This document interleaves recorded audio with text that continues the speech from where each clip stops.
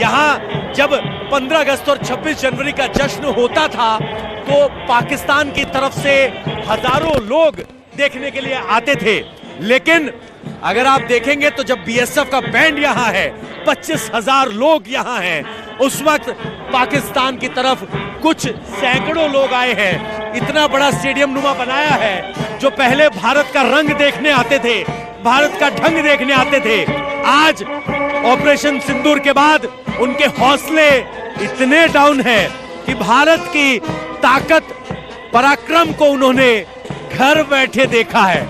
और शायद यही वजह है कि अब की बार गणतंत्र दिवस के मौके पर कुछ सैकड़ों पाकिस्तानी ही भारत के रंग देखने आए हैं। ये भारत की वो वीर धुनें हैं जो भारतीय जाबाजों के अंदर जोश भर देती हैं।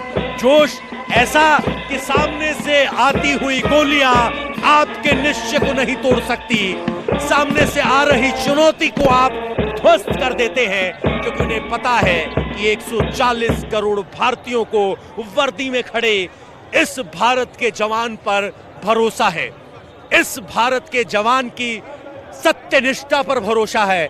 और यही वजह है कि जब भारत का जवान सीमा पर अड़ता है तो दुश्मन पीछे हटता है। और बैंड की अपनी भूमिका रही है। जैसे ही आर्म्ड फोर्सेस आप देखेंगे, हर बटालियन का, हर यूनिट का एक अलग धुन होती है, थीम सॉन्ग होता है। ये जोश भरने के लिए है, डिसिप्लिन के लिए है, धुन है, संगीत है उनका, या कहें कि आर्म्ड फोर्सेस का सामाजिक जीवन से दूर एक अलग जीवन है, एक अलग चाल चलन और चेहरा है। उस चाल चलन और चेहरे में डिसिप्लिन है, देश प्रेम है, धुन है। उनकी धुन भी राष्ट्र प्रेम वाली धुन आपको दिखाई देती है। जरा महसूस कीजिए बीएसएफ के इस बैंड की धुन को, और हम 30 सेकंड का विराम लेते हैं और महसूस कीजिए पिन ड्रॉप साइलेंस, 25,000 लोग और बीएसएफ का ये बैंड।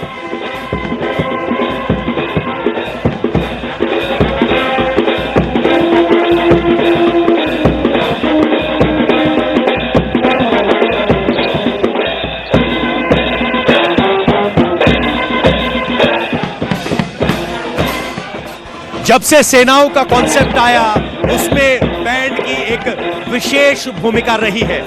वो भूमिका एकता में बांधने की, वो भूमिका डिसिप्लिन की।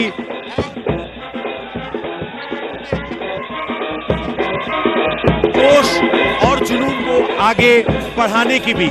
और उसी भूमिका के तहत बैंड फॉर्मेशंस अलग अलग यूनिट में, अलग अलग ट्राई सर्विसेज में हमेशा से रही है, और वो आर्म्ड फोर्सेस का एक महत्वपूर्ण पार्ट है।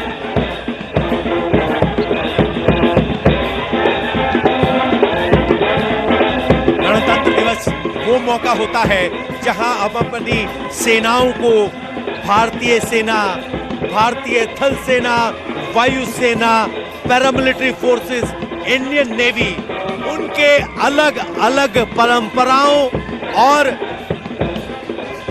उनके प्रोटोकॉल से वाकिफ होते हैं। इस वक्त अगर आप देखेंगे तो यहाँ बीएसएफ के झंडे, लोगों के चेहरे पर तिरंगे झंडे की मार्किंग, और बेसब्री से जीरो लाइन पर देखते हुए वहां देखेंगे तो बेहद जोश में लोग, क्या उम्र, क्या नौजवान, क्या बुजुर्ग यहाँ जब पहुंचते हैं तो बेहद अच्छा महसूस करते हैं। वो इसलिए उन्हें पता है कि यहाँ जो जीरो लाइन पर सैनिक खड़ा है वो हमारी सुरक्षा के लिए तत्पर है, और जो सैनिक खड़ा है उसे भरोसा है कि मैं 140 करोड़ लोगों का भरोसा हूं।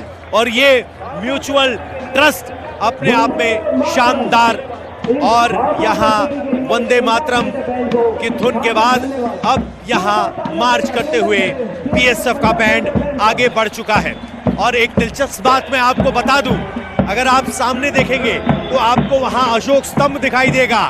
इस एरिया की कैपेसिटी है 25,000, लेकिन दर्शकों की संख्या इतनी ज्यादा है कि वहां भी लोग बड़ी संख्या में खड़े हैं। तो ये वो सब लोग हैं जो भारत के इस शौर्य को, वीरता को आगे देखने आते हैं। और जब से ऑपरेशन सिंदूर हुआ है उसके बाद तो हमने अपनी सेनाओं के पराक्रम को अपनी आंखों से देखा है। दुश्मन ने लाख झूठ बोले लेकिन हिंदुस्तान के पराक्रम को पूरे विश्व ने माना, भारत की एयर सुपीरियोरिटी को पूरे विश्व ने माना। पूरे विश्व ने देखा कि किस तरीके से यहां पर लगातार 11 एयरबेस को नेस्तनाबूद कर दिया। एयरफील्ड पर जब ब्रह्मोस जाकर गिरी तो 20 फीट चौड़ा गहरा गड्ढा बन गया, विमान उड़ नहीं पाए। हैंगर्स में खड़े हुए एवैक्स को ब्रह्मोस ने निशाना बनाया और कुछ ऐसी पहाड़ियों पर भी निशाना लगा कि सब पाकिस्तानी अमेरिका के पास दौड़ते हुए नजर आए। बचाओ मुरीद के airbase, Rafiqui airbase, Noor Khan airbase, Rahim Yar Khan airbase, Shakoor, Channi airbase, Masroor airbase, Peshawar airbase, Quetta airbase, Skardu airbase, Sargodha airbase, ये वो 11 एयरबेस हैं जहां पर हमने भारतीय ब्रह्मोस मिसाइल की उस पराक्रम को देखा और सिर्फ सुना नहीं, देखा।